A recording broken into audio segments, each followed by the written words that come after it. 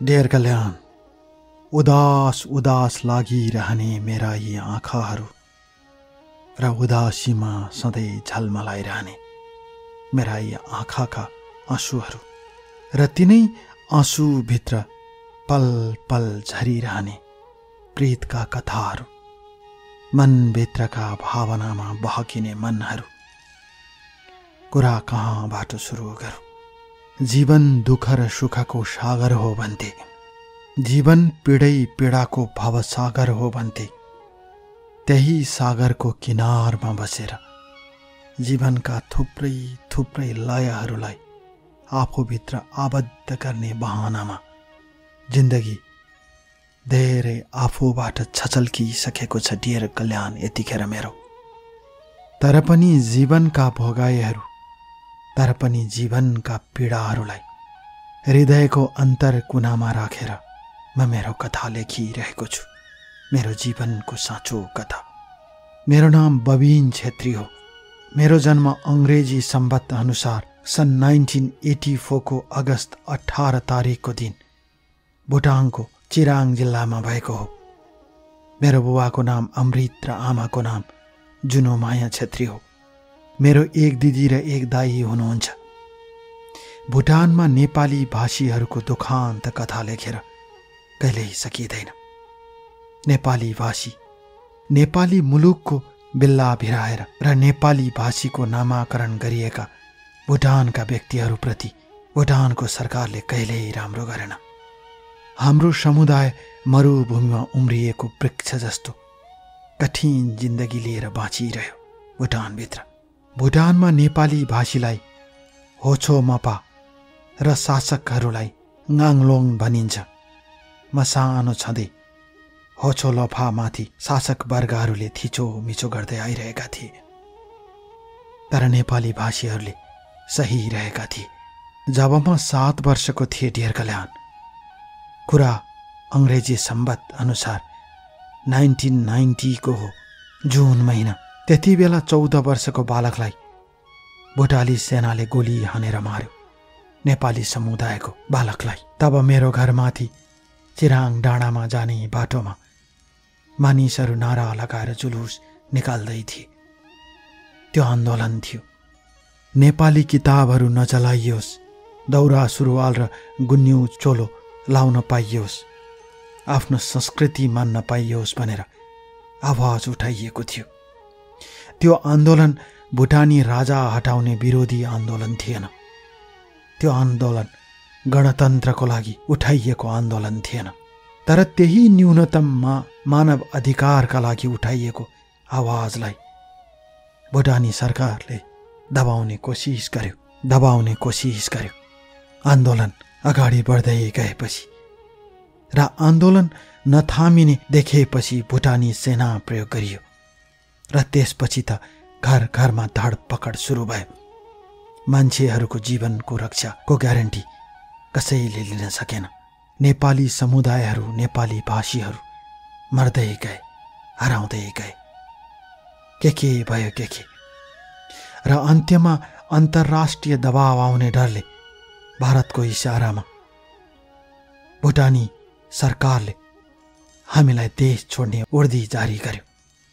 सुरक्षा नभएपछि, कैयौँ मारिएपछि, बेपत्ता भएपछि मेरो बुबा आमा डरले रातभरि घरमा बस्न सक्नु भएन र उहाँहरूले देश छोड्ने बाचासहित डिस्ट्रिक्ट हेडक्वार्टरमा पुगेर फराम भर्नुभयो, म देश छोड्छु भनेर, र अङ्गुठा छाप लगाएर सही छाप गर्नुभयो।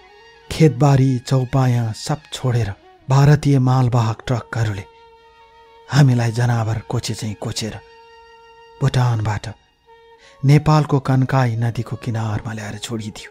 कन्काई किनारमा त्यति बेलाको अव्यवस्थित बसाई चर्फी थिएन। हैजा चल्यो। कन्काई नदीको किनारमा जल्ने लासहरू दिन प्रतिदिन बढ्दै गए।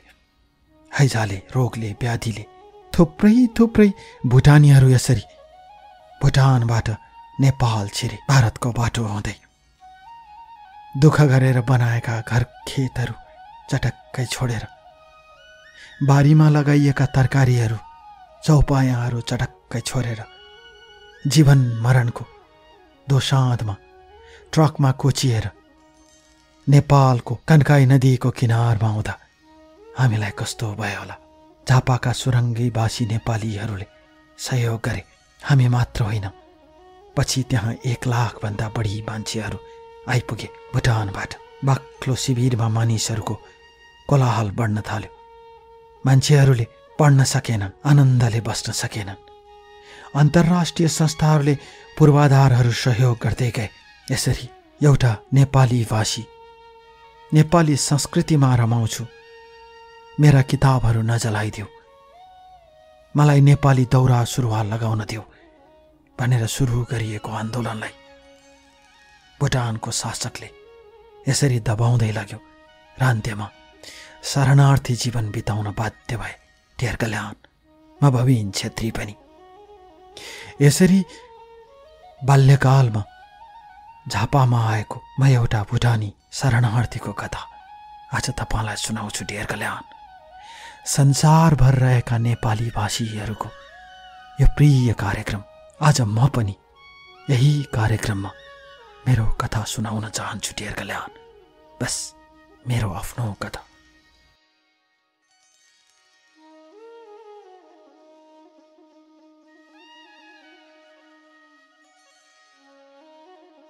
ढेर कल्याण। मन बाँधिएर हृदयका आवाजहरू जब हराउन थाल्छन् तब सपनाहरूले पनि रङ्ग बदल्दा रहेछन्। बदलिने सपनाका रङ्गहरू, बदलिने सपनाका मन्जरीहरू र बदलिने सपनाका रङ्गहरू, तिनै रङ्गमाथि फेरो समाएर जीवनलाई घिसड्दै जाने यो यात्रा जति जति फराकिलो हुँदै जान्छ त्यति त्यति सपनाहरू मौलाउँदै जाँदा रहेछन् र जीवनका यी रङ्गहरू, जीवनका यी सपनाहरू र जीवनका यी गोरेटोहरू जति जति साँगुरो हुँदै जान्छन् त्यति त्यति मनका भावनाहरू पनि साँगुरिँदै जाँदा रहेछन्। फेरि तिनै बैसालो मनहरू लिएर आफ्नै वरिपरि हिँड्ने, आफ्नै वरिपरि घुमिरहने ती मनका भावनाहरू, ती मनका उदेक लाग्दा जिन्दगानीहरू म सुनाउँछु कसरी मान्छेको भाग्यबाट हराउँदा रहेछन्। म सुनाउँछु ढेर कल्याण तपाईँलाई मेरो कथा। यसरी झापाका सुरुङ्गावासीहरूको सहयोग त्यति बेला अपार थियो। त्यो गुण भुटानी शरणार्थीले कहिल्यै तिर्न सक्दैनन् होला। त्यही कन्काई नदीको किनारमा मेरा जीवनका बालापनहरू बित्दै गए। पछि गएर UNHCR जस्ता अन्तर्राष्ट्रिय संस्था र नेपाल सरकारको पहलमा झापा र मोरङमा 7वटा शिविरहरू बन्यो। शिविर बनेपछि शरणार्थीहरू शिविरमा बस्न थाले। त्यसले अलिकति सहज भयो।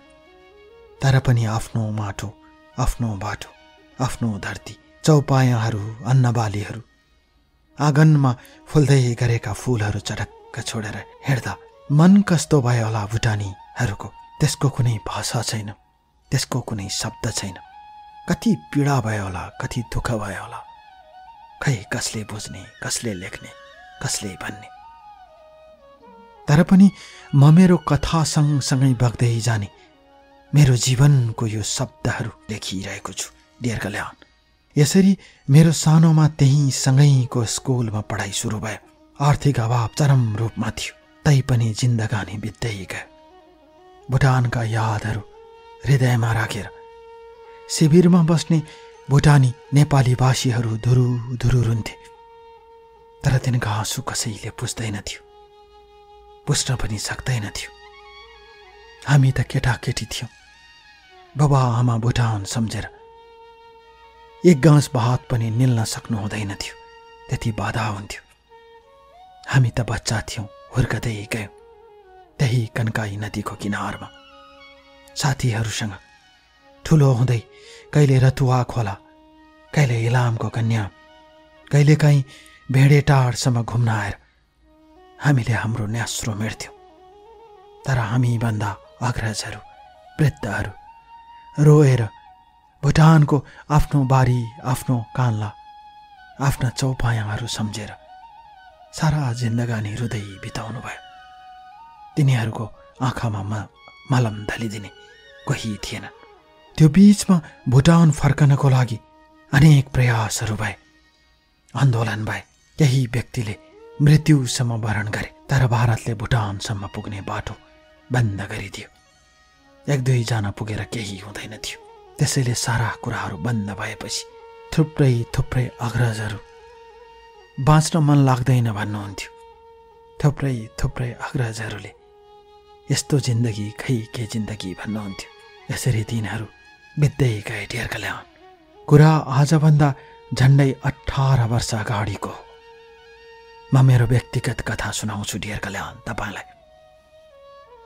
विक्रम सम्वत 2059 सालको कुरा हो। एसएलसीको समय थियो। अलि ढिला एसएलसी भयो मेरो। एसएलसीको परीक्षा दियो र पास पनि भइयो। त्यसपछि मेरो शिविरबाट पाएक पर्ने दमकको युनिक कलेजमा भर्ना भएमा जसो तसो चलिरहन्थ्यो पढाइ। मैले अघि नै अवगत गराएँ। आर्थिक अभाव त चरम सीमामा थियो हाम्रो। खाना लाउन शरणार्थीको रूपमा अन्तर्राष्ट्रिय दात्री संस्थाहरूले उपलब्ध गराउँथे। लाइन बस्नु पर्थ्यो। परिश्रम गरेर खाने भुटानी नेपाली भाषीहरू शिर ठाडो बनाएर भुटानमा आफ्ना गीतहरू नेपालीपनका भाकाहरू सुसेल्दै हिँड्ने भुटानी भाषी हाम्रा दाजुभाइहरू खाद्य पदार्थहरू लिनका लागि लाम बस्थे। त्योभन्दा दुःखको कथा के हुन्छ डियर कल्याण? म लेख्न सक्दिनँ यी कथा। आँखाबाट आँसु बगेर आउँछ। म यतिखेर मेरो व्यक्तिगत कथातिर लाग्छु। एक दिनको कुरा हो। कलेजमा वाद विवाद प्रतियोगिता भएको थियो। म पनि पढाइमा राम्रै विद्यार्थी भएको नाताले त्यसमा भाग लिएको थिएँ र द्वितीय भएको थिएँ। र एकजना छात्रा, उनको नाम निलिमा राई हो, उनी प्रथम भएकी थिइन्। उनको विषय शरणार्थी थियो। उनले शरणार्थीको विषयमा वाद विवाद प्रतियोगितापछि आफ्नो विचार व्यक्त गरेकी थिइन् र त्यतिखेला सबैले उनको कुरालाई ताली बजाएर स्वागत गरेका थिए। अझै पनि सम्मान गर्न मन लाग्छ निलिमालाई उनको विचार सुनेर त्यति बेलाको। यसरी त्यो दिनदेखि निलिमासँग मेरो नजदिकी बढ्दै गएको हो। विक्रम सम्वत 2065 सालमा आएर निलिमा काठमाडौँमा पढ्न आइन्। काठमाडौँमा पढ्न आए पनि दमक निवासी भएकीले र मसँग राम्रो सम्बन्ध भएकोले निलिमासँग मेरो भेटघाट भइरहन्थ्यो। त्यसै क्रममा एकपटक काठमाडौँ आएको बेला म उनको डेडामा 4 दिन बसेँ। दाई भाउजू र मामाको छोरा हुनुहुन्थ्यो उनको डेडामा र उनले कलेज पढ्थिन्। दाई प्रहरीमा, भाउजू नर्स। निलिमा त्यहीँ बसेर पढ्थिन्। निलिमाहरू काठमाडौँको बाँसबारी नजिकै बस्थे। भट्टराई थरको एउटा परिवारको घरमा बस्थे उनीहरू। र त्यति बेलाको कुरा हो। निलिमाले एकजना केटीसँग परिचय गराइदिइन्। उसको नाम पीबाट आउँथ्यो, मानौ प्रणिता भट्टराई हो। प्रणिताले त्यति बेला कक्षा 9 मा पढ्थे। राम्री कक्षा 9 मा पढ्ने हो। उसँग परिचय हुन पाउँदा अत्यन्तै खुसी लाग्यो। मलाई राम्रोसँग याद छ। बाँसबारीको हस्पिटल अगाडि मलाई राम्रोसँग याद छ। फर्कने दिन हामीले सँगै बसेर चिया खाएका थियौँ। त्यति बेला प्रणिताले मेरो बारेमा सोधेकी थिइन्। मैले सबै कुरा भन्न सकेको थिएन, मात्र यति भनेको थिएँ, म र निलिमा एउटै कलेजमा पढ्ने सहपाठी हो। यति मात्र भनेको थिएँ। म सुनाउँछु डियर कल्याण मेरो जिन्दगानीको कथा। आज तपाईँलाई दिल खोलेर सुनाउँछु। कसरी जिन्दगीले जिन्दगीलाई घात गर्छ, म आज दिल खोलेर सुनाउँछु तपाईँलाई। बस दिल खोलेर।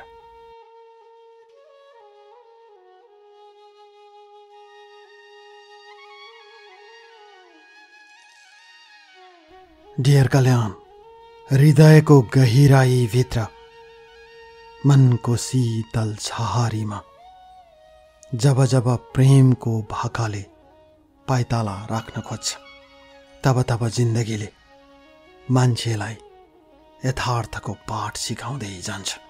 जब मानिसहरू यथार्थको पाठ सिक्दै जान्छन्, तब जिन्दगानी धेरै परसम्म घर्किसकेको हुन्छ।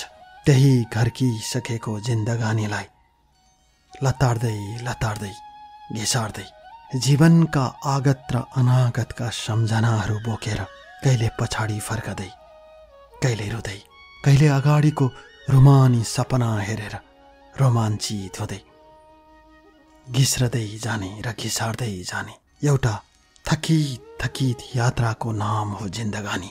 हरेक मान्छेले त्यही जिन्दगानीको यात्रालाई लतारिरहेको छ, घिसारिरहेको छ।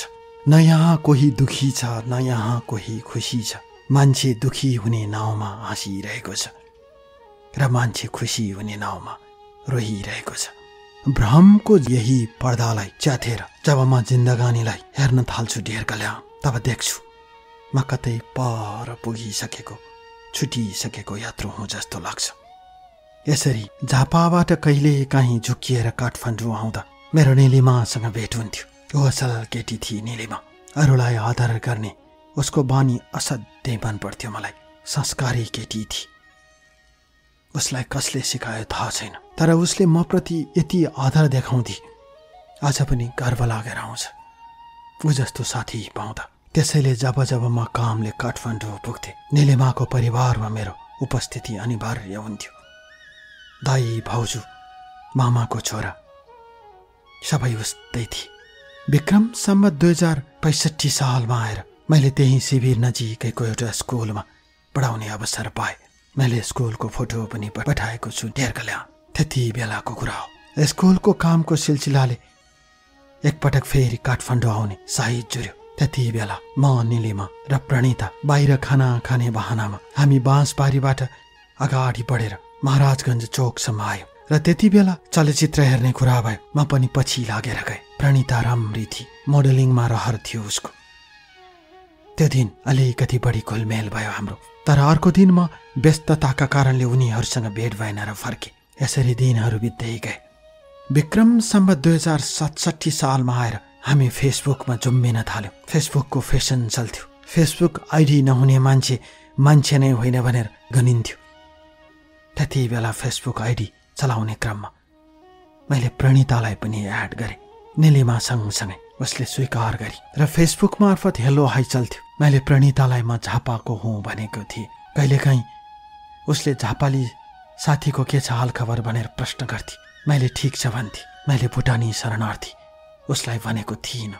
ऊ असल साथी थिए मेरो, किनकि हामीसँग कुनै कुराको लेनदेन थिएन। जब लेनदेन हुँदैन तब मित्रता असल हुन्छ, त्यसमा दुई मत छैन। यसरी निलिमा, प्रणिता लगायतका मेरा साथीहरू फेसबुकमा मेरो लागि भेटघाटको महत्त्वपूर्ण चौतारी हुन्थे, भेटघाट हुन्थ्यो। त्यसमा पनि म प्रणिताको प्रोफाइल बढी हेर्थेँ। के गरी कसो गरी कहिलेकाहीँ परिवारको फोटो हाल्दा मैले सबै परिवारका सदस्यहरूलाई चिने जस्तो लाग्थ्यो। त्यो बीचमा प्रणिताले एउटा गीतमा मोडल गरी मैले त्यो गीतको लिङ्क पठाइदिएको छु ढेर कल्या। आफूले मन पर्ने केटी त्यसरी मोडलिङ गरेको देख्दा खुसी लाग्यो। सोचे म त शरणार्थी।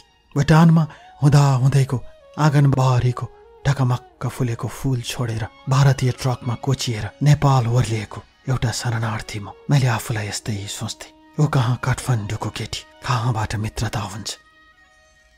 म पनि कस्तो सपना देखेको भनेर आफैलाई आफ्नो गालामा आफै हिर्काउँथे। त्यो बीचमा मैले उसको सबै कुरा थाहा पाउँदै गएँ। उसको बुबाको ट्राभल एजेन्सी थियो। 3वटा दाई मध्ये कान्छो दाई जापानमा, अरू 2वटा दाई काठमाडौँमा थिए। तर जे व्यवसाय गर्दा पनि दाईहरूले राम्रो सफलता हात पार्न सकेका थिएन। त्यसमध्येको एउटा दाई क्यासिनो जाने लतले, जुवा खेल्ने लतले सब चिज बर्बाद पारेको कुरा यदा कदा उसले मलाई भन्थे। यसरी दिनहरू बित्दै गए, समय गुज्रदै गए। प्रणितालाई फेसबुक मार्फत कहिलेकाहीँ जिस्काउँथे, मन छोड्थे। ऊ जवाब दिन्थे, तर मलाई वास्ता गर्दैनथे, त्यति महत्त्व दिँदैनथे। तर मेरा हरेक कुराको जवाब फर्काउँथे। म त्यतिमै खुसी थिएँ। त्यतिमै खुसी हुनु मेरो लागि सौभाग्यको कुरा थियो ढेर कल्या। यसरी प्रणितासँगको सम्पर्क दिन प्रतिदिन बढ्दै गएको मैले अनुभव गरिरहेको थिएँ। यो कुरा मैले निलिमालाई पनि भन्थे। निलिमाले जिस्काउँथे, तर मैले आफ्नो सबै कुरा भन्दा गाली गर्थे। कमजोर ठान्नु हुँदैन केटा मान्छेले। को कहाँ जन्मेको, को कहाँबाट कहाँ गएको। त्यो त भाग्यको खेल हो। कमजोर नठान, केटा मान्छे भएर कमजोर हुनु हुँदैन।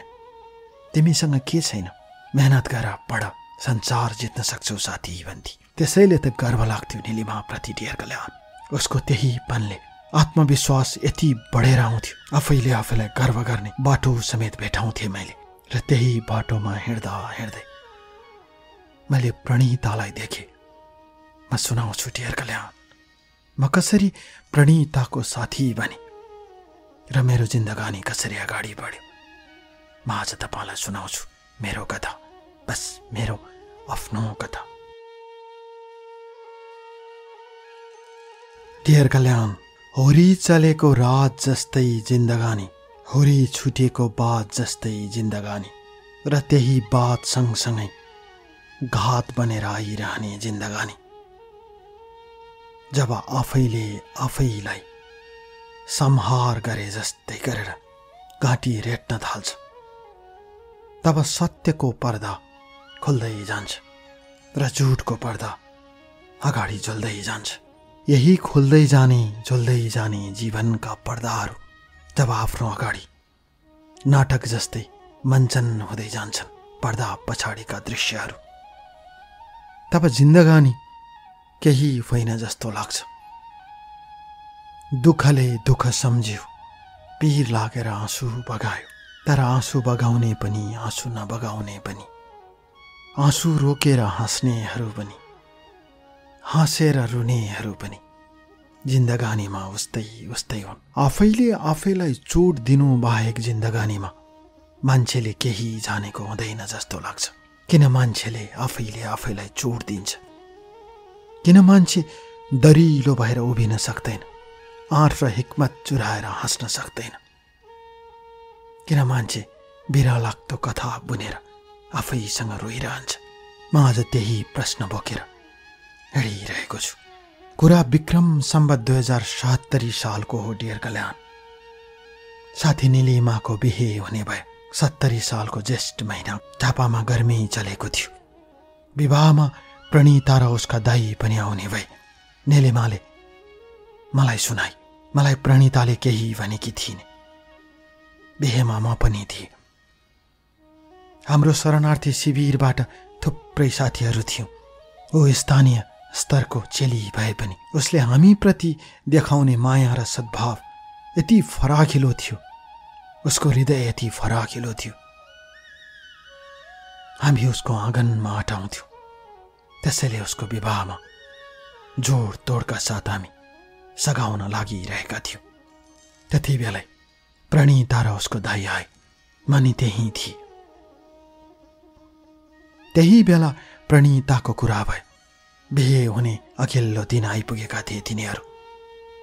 अघिल्लो दिनको बेलुकी पख म, मेरो साथी निलिमा, प्रणीता दमक बजार गयौँ। उसको दाइ प्रणीताको मामाको छोरासँग मोटरसाइकलमा कतै घुम्न निस्किएका थिए। दमक बजारको मेन चौराहाको बायाँपट्टि चटपटे बेच्दै थियो। प्रणीताले चटपटे खाने मन गरी र हामी त्यहीँ गयौँ। त्यति बेला निलिमा फोनमा बिजी हुन थाली र त्यति बेला 2 जना मेरा साथीहरू आए र मलाई भने बधाई छ। म हाँसे, किन बधाई दिएको भनेर। दिदी पनि अमेरिका, दाई पनि अमेरिका, अब तिम्रो पालो होइन त? म हाँसे। तिनीहरू गएपछि प्रणीताले प्रश्न सोधी, अमेरिकाको कुरा के हो भनेर। होइन, जिस्काएको साथीहरूले भने।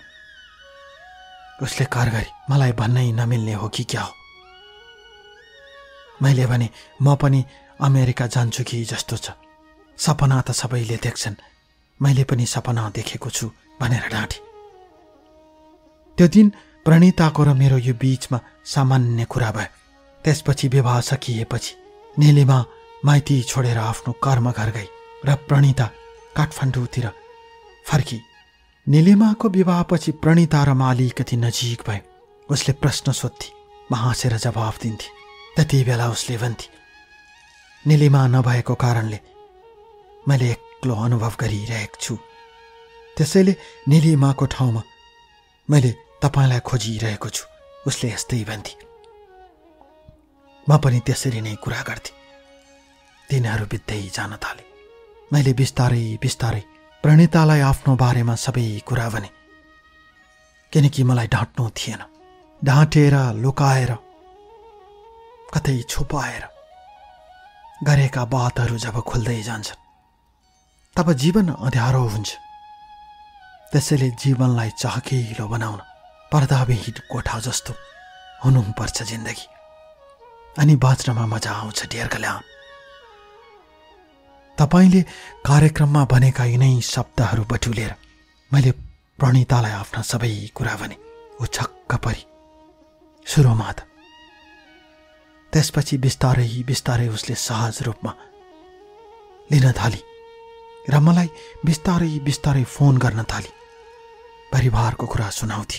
तैले आज फलानोको सुन लिएर कसिनोमा गएर यति हारिदियो, आज पुलिसको खोरमा छ, भोलि निस्केर आउँछ। बाबा अचेत हुनुभयो, आमा रोइरहनुहुन्छ। प्रणिताले कुरा सुनाउँथे। ठुलो दाइको पनि बिजनेस यस्तो भयो उस्तो भयो, बाबालाई पिर छ।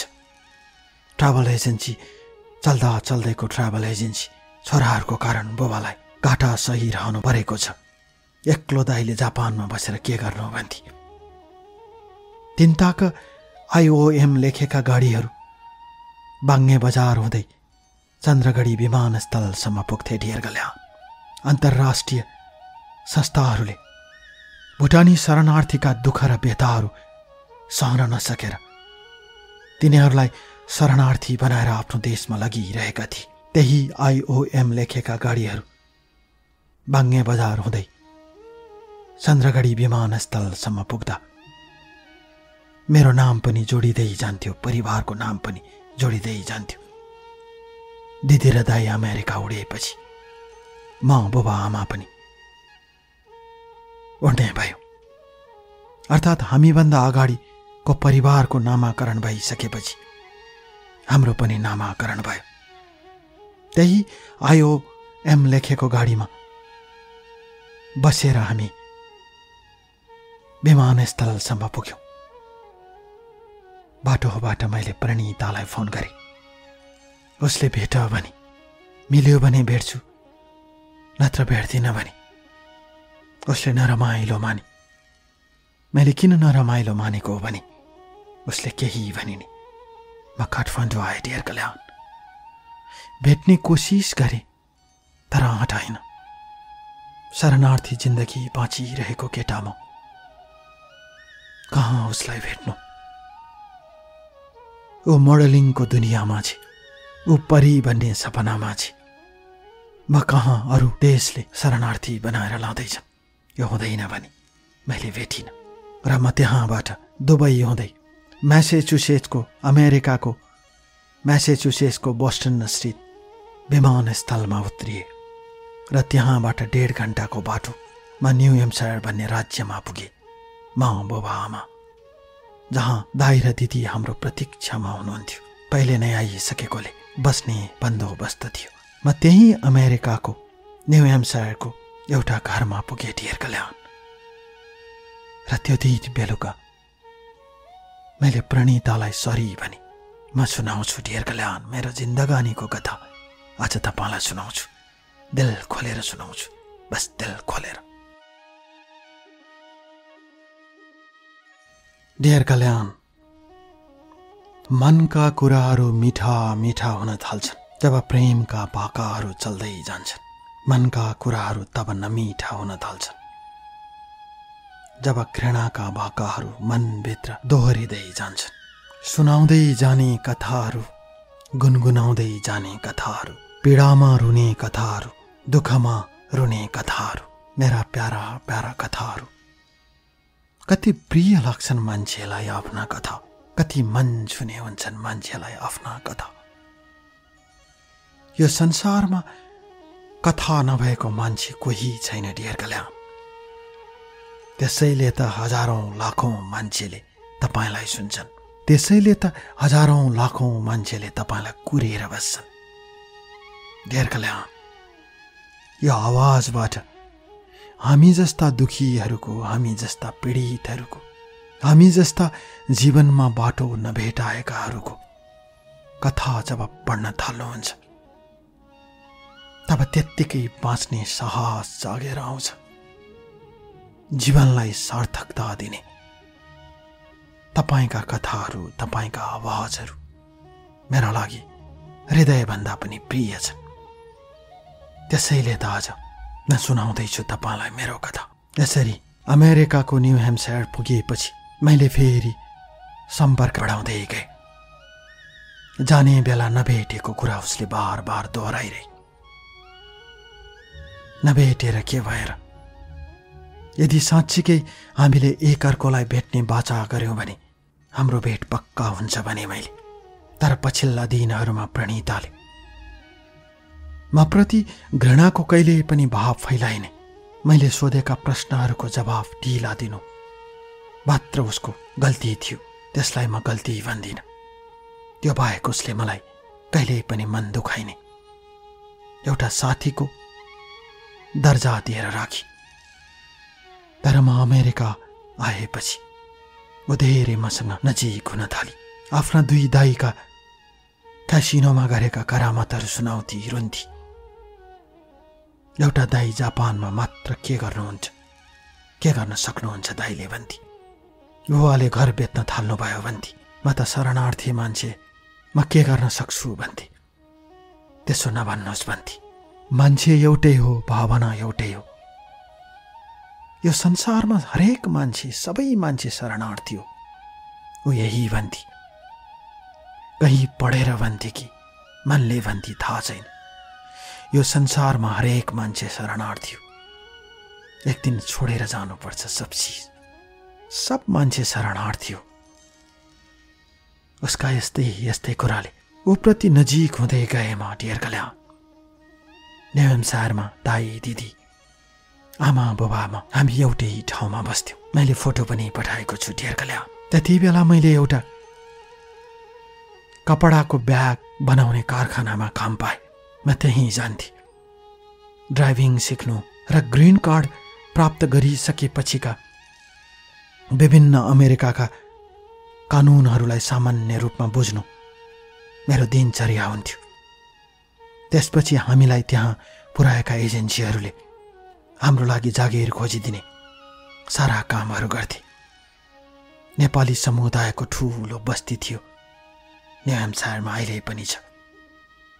कतै राई लिम्बूहरूको बस्ती बेसी, कतै गुरुङहरूको बस्ती बेसी, कहीँ क्षेत्री बाहुन समुदायको बस्ती बेसी र पछि गएर भुटानबाट गएका नेपाली भाषीहरूको बाक्लो बस्ती हुँदै गयो न्यू ह्याम्पसायरमा पनि। यसरी दिनहरू बित्दै गए डियर कल्या। समय गुज्रदै गयो। जाने दिनका कुराहरू मैले प्रणितालाई फोनमा सुनाउँथे। जाने दिन सबै सामानहरू प्याक गर्यौँ। आफन्त छिमेकीको बाक्लो उपस्थितिमा झापाको आफू बसेको शिविरमा रातिसम्म साथीभाइ छिमेकीसँग जमघट गर्यौँ। अर्को दिन बिहानै त्यो समुदायलाई बाई बाई गरेर 23-24 वर्षको त्यो ठाउँ छोडेर जाँदा मन रोयो प्रणिता। म त बच्चादेखि नै यहाँ आएको। मलाई प्रिय लाग्छ झापा र झापालीहरू मलाई असाध्य मनपर्छ। बोल्दा बोल्दै आँखाबाट आँसु आयो। प्रणिताले किन रोएको भनी यसरी गहिरिन्थ्यो भावना डियर कल्याण। र म भन्थे 2-3 जना परिवारको नामपछि हाम्रो पालो आयो। हामी त्यहाँबाट गाडीमा बसेर चन्द्रगढी विमानस्थल आयौँ। त्यहाँबाट यति एयरलाइन्सबाट काठमाडौँ आयौँ र काठमाडौँबाट यसरी अमेरिका आयौँ। म जब जब आफ्नो कथा सुनाउँथे प्रणिता कथा सुन्न बसेको बालिका जस्तै गरेर सुनिरहन्थे। दिनहरू बित्दै गयो। बिस्तारै बिस्तारै प्रणिताले मलाई मन पराएको कुरा गरी। मैले पनि हुन्छ भने र त्यो पल भने यदि तिम्रो परिवारले स्वीकार्छ भने मेरो लागि नडाँट प्रणिता। मेरो ब्याकग्राउन्डमा फुल बुट्टा नभड। म भुटानदेखि झापा कन्काई नदीसम्म आएको कथा जस्ताको तस्तै सुनाऊ। तिम्रो परिवारले, तिम्रो दाइले, तिम्रो आमाले स्वीकार्नुहुन्छ भने म तिमीलाई विवाह गर्न आउँछु भने, उसले हुन्छ भने। एक दिन उसले परिवारमा कुरा राखी आमा बुबा सबैले स्वीकार्नु भयो। जापान बस्ने दाइले बुझेर म भन्छु भन्नुभयो। मलाई फोन गर्नुभयो जापानबाट। मैले जे हो त्यही भने र प्रणिताले, मेरो परिवारले मलाई स्वीकार्यो। मेरो परिवारले मेरो कुरा स्वीकार्यो। अब मलाई लिन आउनुहोस्। उसले यही भने। मेरो उमेर पनि ढल्किँदै गइरहेको थियो। डियर कल्याण, मलाई विवाह गर्न जरुरी थियो। मैले आमा बुबालाई सुनाए प्रणिताको बारेमा, निलिमाको बारेमा थाहा थियो आमा बुबालाई, त्यसकारण बुझ्न सजिलो भयो। आमाले केही भन्नु भएन। बुबाले तिमीहरूको जिन्दगी तिमीहरू बाँच भन्नुभयो। दिदीले हुँदैन भन्नुभयो, तर दाइले सम्झाएपछि दिदीले मान्नुभयो। म सुनाउँछु डियर कल्याण। त्यसपछि म कसरी नेपाल गए र कसरी प्रणितालाई विवाह गरेर ल्याए, मलाई आज सुनाउन मन लागेको छ। यसरी प्रणिताले विवाह गर्न बोलाएपछि म नेपाल फर्किए। डियर कल्याण, सन् 2017 को जनवरीमा म नेपाल आएँ। जनवरीको 18 तारिकको दिन म नेपाल आउँदा एयरपोर्टमा मलाई लिन प्रणिता आएकी थिए। म ऊ सँगसँगै उसको घर बाँसबारी गए। त्यहाँको घर बेचेर नजिकैको आफन्तको घरमा भाडामा बस्दै गरेको प्रणिताको परिवारमा त्यो दिन मेरो परिचय खुल्यो। सबले स्वीकार्नु भयो मलाई। म सुनाउँछु डियर कल्याण, मेरो जिन्दगानीको कथा। आज दिल खोलेर सुनाउँछु तपाईँलाई, बस दिल खोलेर। डियर कल्याण, हृदयका सत्य कथाहरू, हृदयका पीडाहरू आज म दिल खोलेर सुनाइरहेको छु डियर कल्याण। यसरी 2017 को जनवरीमा नेपाल आएको म फेब्रुअरीमा प्रणितासँग मेरो कोर्ट म्यारेज भयो, अर्थात् विवाह दर्ता गर्यौँ हामीले विभिन्न कागजातहरू जुटाएर। त्यसपछि सामान्य रूपले हाम्रो विवाह भयो। विवाह पश्चात म करिब 15 दिन बसेर अमेरिका फर्केँ। अमेरिका फर्किएपछि मैले अमेरिकाबाट प्रणिताको लागि साराका सारा डकुमेन्टहरू मिलाएर उसलाई अमेरिका बोलाउने प्रोसेसमा म जुटिरहेँ। त्यही क्रममा करिब 7 महिनापछि, त्यही क्रममा 2017 को सेप्टेम्बरमा प्रणिताको लागि सबै कुरा निश्चित भयो त्यति बेलासम्म। र 2018 को फेब्रुअरीमा प्रणिता बल्ल अमेरिका आए। त्यो बीचमा अमेरिका बस्दा र प्रणिता नेपालमा बस्दा विवाह पश्चात के भयो मलाई थाहा छैन डियर कल्याण। असाध्यै हिउँ परेको थियो न्यू हेम्पसायरमा। दाइले गाडी ड्राइभ गरेर हामी बोस्टन स्थित इन्टरनेसनल एयरपोर्टमा हामी प्रणितालाई लिन गयौँ। म र दाइ थियौँ। पहिलो पटक प्रणितालाई अमेरिकामा देख्दा म यति खुसी भए डियर कल्याण। म सुनाउँछु आज तपाईँलाई मेरो कथा। सँगै गाडीमा हामी न्यू हेम्पसायर गयौँ। न्यू हेम्पसायरको कङ्कर्ड नजिकै थियो हाम्रो बस्ने घर। त्यहाँ पुग्यौँ हामी। बाहिर हिउँ परेको। प्रणिता हिउँमा खेल्न मन पर्छ भने भोलि खेलौँला भने। त्यो रात हाम्रो जिन्दगीको अविस्मरणीय रात बनेर बित्यो। त्यो रात मैले प्रणितालाई सोधेँ, तिमीलाई म कुन किसिमको खुसी दिउँ प्रणिता भने। मलाई हाम्रो प्रेमको निशानी चाहिन्छ भने। सारा रात हामीले सपनामा बितायौँ। अर्को दिन बिहानै प्रणिता हिउँ खेल्न बाहिर निस्की। हिउँमा खेली। बाक्लो ज्याकेट र घुँडासम्मका बुट लगाएर ऊ हिउँमा असाध्यै खेली। दिनहरू बित्दै गयो।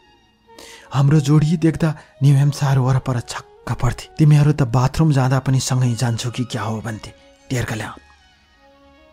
त्यो बीचमा प्रणिता आमा बन्ने भई र आमा बन्ने भएपछि प्रणिताले म एकपटक नेपाल जान्छु आमा बिरामी हुनु र 2019 को मार्चमा ऊ नेपाल गई। त्यति बेला भर्खरै ऊ आमा बन्ने सुरसारमा थिए।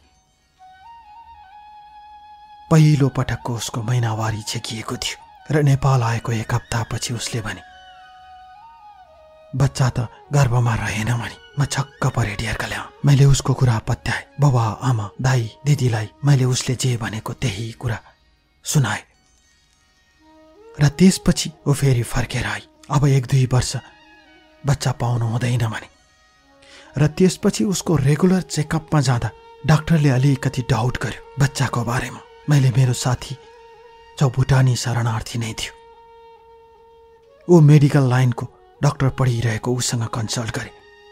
मलाई अलिकति शङ्का बढ्यो डियर कल्याण। त्यसपछि मैले प्रणितालाई सोधेँ यो के हो भनेर।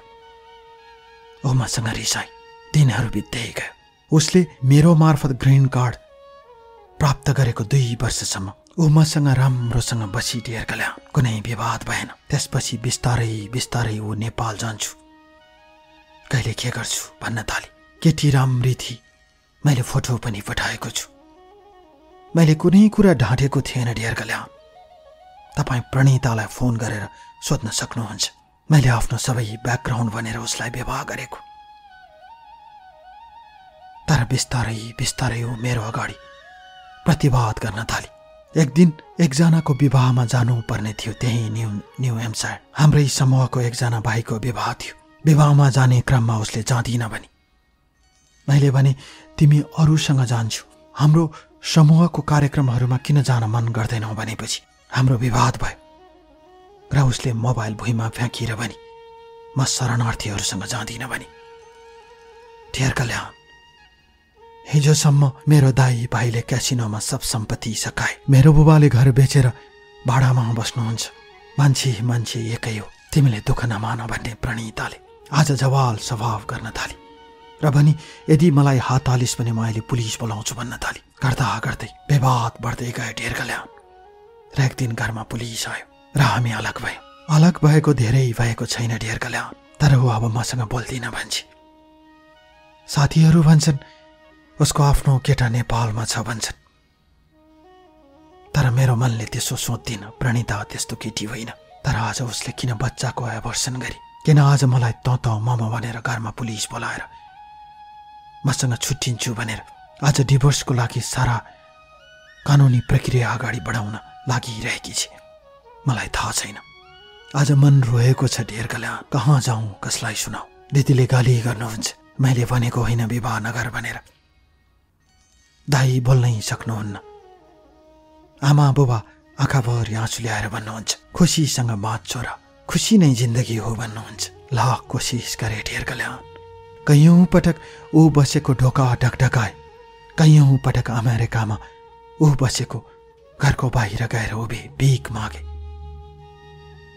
तर प्रणिताले औँला उठाएर भन्छ म तिमीलाई अब डिभोर्स दिन्छु। साराका सारा बाटो बन्द भयो।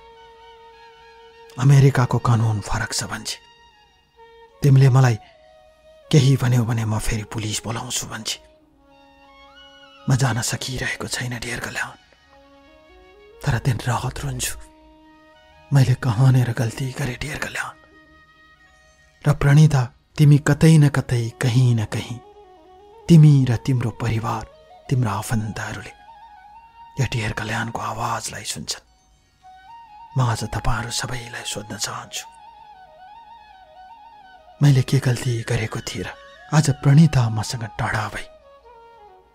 ऊ टाढा भएपछि सारा आफन्त तपाईँहरू पनि टाढा हुनुभयो। म एक्लो छु। बिरह लाग्दो यो कथा आज ओखलिरहेको छु। म शरणार्थी हुनु मेरो गल्ती थियो भने यो कुरा मैले पहिल्यै तपाईँलाई भने। यदि त्यसो होइन भने के कारणले प्रणिता मसँग छुट्टी, म कारण जान्न चाहन्छु। कृपया मलाई बताइदिनुहोस्। म आज त्यही कारणले छटपटाइरहेको छु, रोइरहेको छु। पल पल उसको याद आउँछ डियर कल्याण। त्यसैले त आज तपाईँको अगाडि रोइरहेको छु म र रुँदै यो कथा लेखिरहेको छु। मैले के गल्ती गरेँ प्रणिता, मलाई जवाफ दियो। मेरो के गल्ती हो, मलाई जवाब चाहिन्छ, बस जवाब।